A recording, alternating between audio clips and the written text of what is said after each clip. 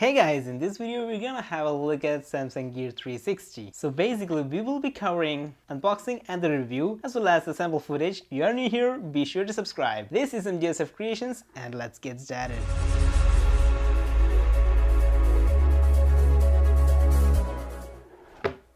We have our Gear 360 over the left side, and on the right side we have got plenty of steps to open it up. Let's get through one by one. Initially we have the kickstart guide in a plastic wrapping and a Type-C cable. That is fantastic because we often see things with micro USB, which is really an outdated version. This is the strap/tripod. We'll get into it. And on the bottom we have the carrying case, which we'll check back in later. And finally we have our Gear 360. Let me just get these things to aside. This model of Gear 360 is way better designed than the previous version, which was just a ball head. And also all the necessary buttons are placed in a handy position.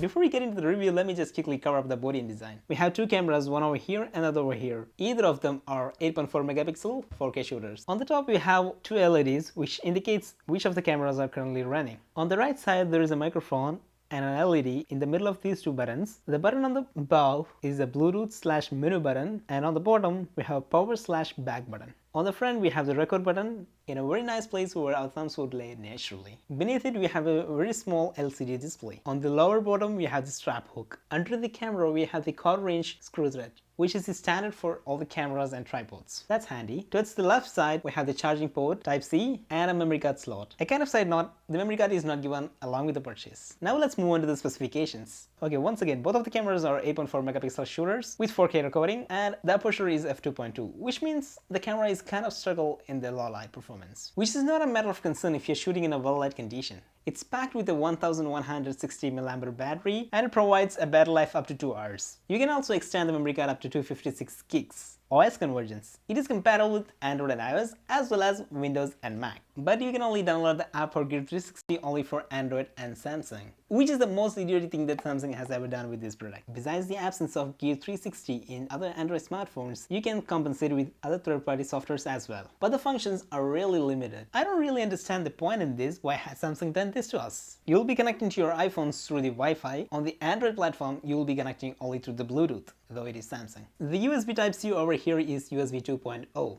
It has also built-in gyro and accelerometer.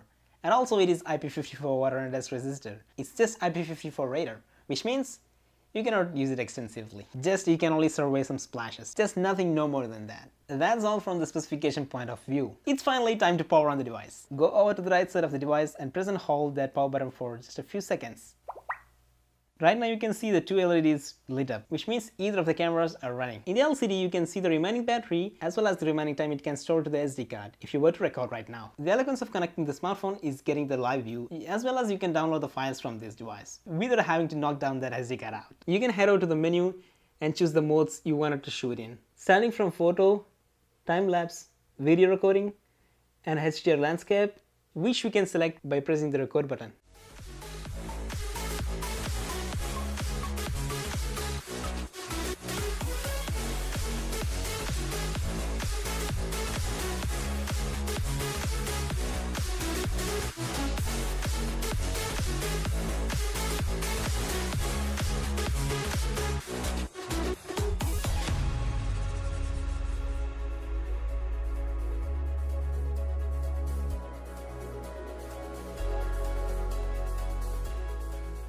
Currently you are hearing the visuals from Gear 360.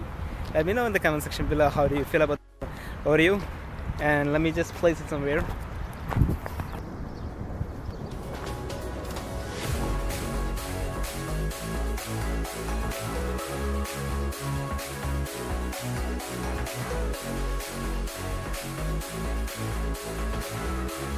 I know it's a little bit hard to understand what I'm saying without even having the visual appeal of the 360 degree. I will leave the link to the sample footage and the card will be popping up here. Okay, a few check back and laters.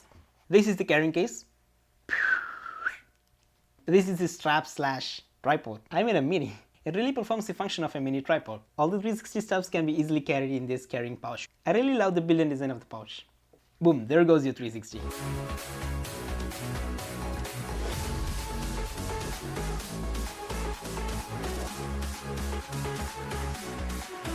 This was a quick unboxing and short review of Gear 360. Let me know what do you guys think about the Gear 360 in the comment section below. Please don't forget to like, share and subscribe if you haven't already.